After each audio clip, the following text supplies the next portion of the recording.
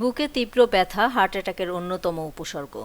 তবে কোনো কোনো ক্ষেত্রে এ ধরনের ব্যথা ছাড়াও হার্ট অ্যাটাক হতে পারে।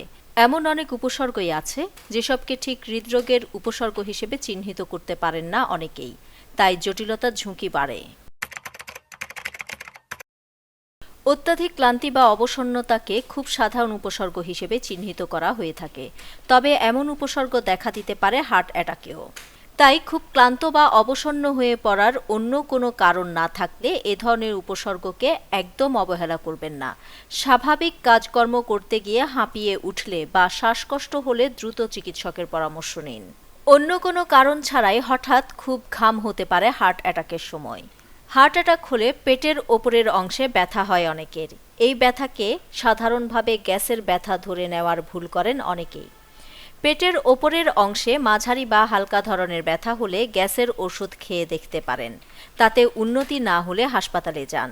ব্যথার তীব্রতা বেশি হলে শুরুতেই হাসপাতালে যেতে হবে। বাহু, কাঁধ, হাত, চোয়াল বা পিঠের দিকেও ব্যথা হতে পারে কারো কারো।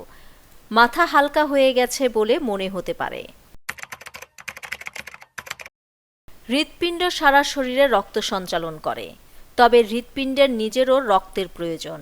তাই রক্ত হৃৎপিণ্ডে পৌঁছায় কিছু নির্দিষ্ট ধমনীর মাধ্যমে। একজন ব্যক্তির হার্ট অ্যাটাক হওয়ার অর্থ হল তার এসব ধমনীর মধ্যে কোনো এক বা একাধিক ধমনীর রক্ত প্রবাহ বাধাগ্রস্ত হচ্ছে। ওই ধমনী হৃৎপিণ্ডে যে নির্দিষ্ট জায়গায় রক্ত পৌঁছে দিত, সেই জায়গা তখন অক্সিজেনের অভাবে ভুগছে। তাই ওই অংশের স্বাভাবিক কাজ বাধাগ্রস্ত হচ্ছে। এ অবস্থায় দ্রুত চিকিৎসা করানো না হলে হৃৎপিণ্ডের ওই অংশ আরও বেশি ক্ষতিগ্রস্ত হতে থাকে।